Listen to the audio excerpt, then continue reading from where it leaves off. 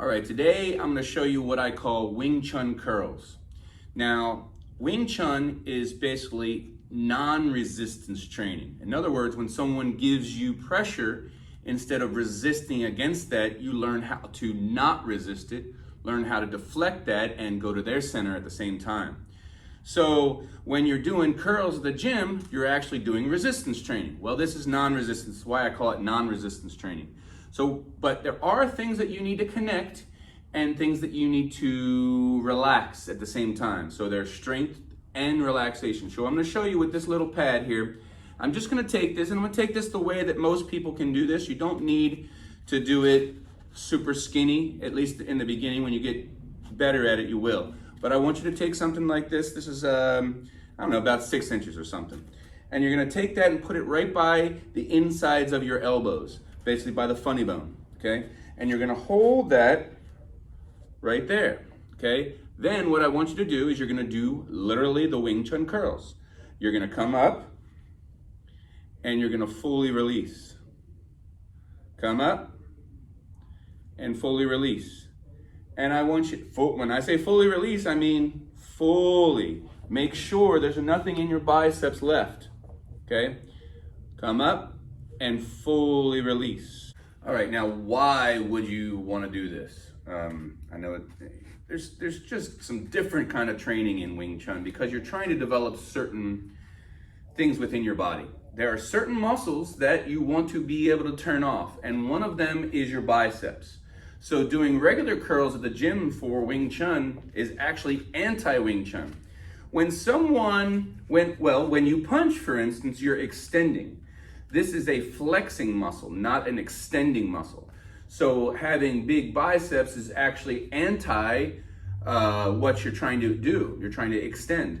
Additionally, when you feel energy, when you feel someone press you down or lower you, you don't want to fight back against that. You want to release that, right? So you would release and roll into a bong if they're going down like that. So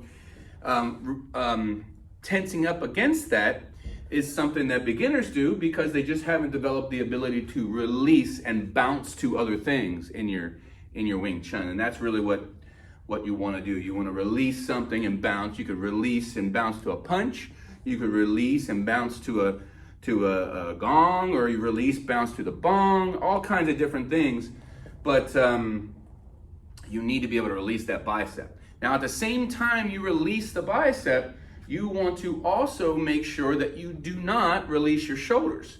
The shoulders stay intact, right? The shoulders, so you wouldn't want the shoulder to come forward. You keep that there. So you notice when you hold this, you're trying to keep your shoulders intact as you keep your elbow, as you release the bicep all the way. Nothing in the hands. You also want, there's a saying, you want soft hands or relaxed hands, right? As you're doing your Wing Chun. You don't want to have heavy, grabby type hands.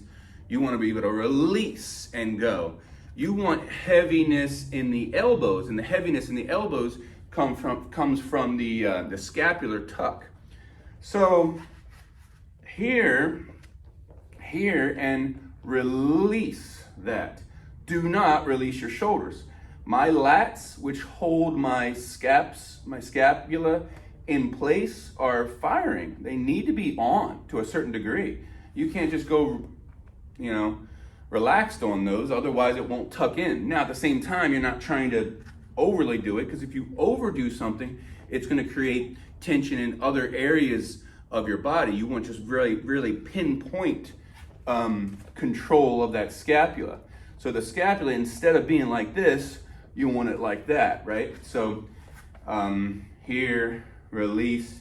See how many you can do with about a 6-inch something in between your elbows, right about at your funny bones, or a little ahead of them. That's perfectly fine. You want to be able to release certain muscles that someone is, and not fight against things, right? But you also need to keep others engaged. So some are relaxed. You learn to really, really relax on some, and you learn to really, really engage and keep those connected the entire time on other ones. And And that's the development of the Wing Chun body, right? And that makes your body into the Wing Chun weapon. It does not start as a weapon. You have to develop it. This is why this takes years of training to get your body to do what it wants to do.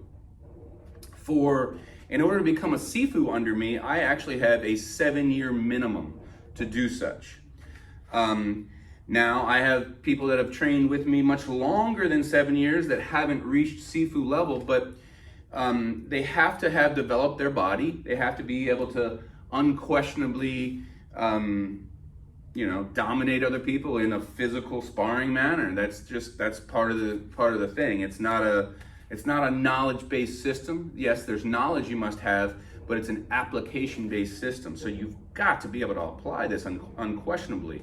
And in order to do that, you have to first build your body into the Wing Chun weapon to make that. You can be very strong and able to do a lot of other things, but just not have your body as a Wing Chun weapon. It could be able to do all kinds of other things. It doesn't necessarily equate. So it's very specific how you build your body. And that's why things like this are such a necessary thing in Wing Chun. And even though it looks weird to do these things, it doesn't matter. I've been doing weird stuff for 27 years. And my wife, when we first met, she used to laugh at me for, always doing kind of weird looking things. What are you doing now? And, finally she gave up. She knew I wasn't going to quit doing all these weird things to her, because for me, it's me getting better all the time. And it's this constant obsession with getting better. And even 27 years in, I always getting better, always continuing to train, doing things like this and finding ways to get better. So anyway, I'm Sifu Adam Willis. If you're interested in my online Wing Chun course, I have a 90-day course for beginners that takes you through Sunim Tao, step by step. Sunim Tao is the first and most important form of Wing Chun.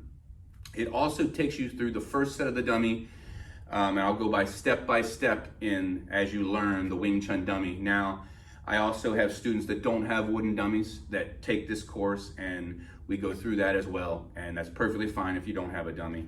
Goes through simultaneous attack and defenses. It goes through all kinds of cool stuff. Check it out at wingchunlessons.com.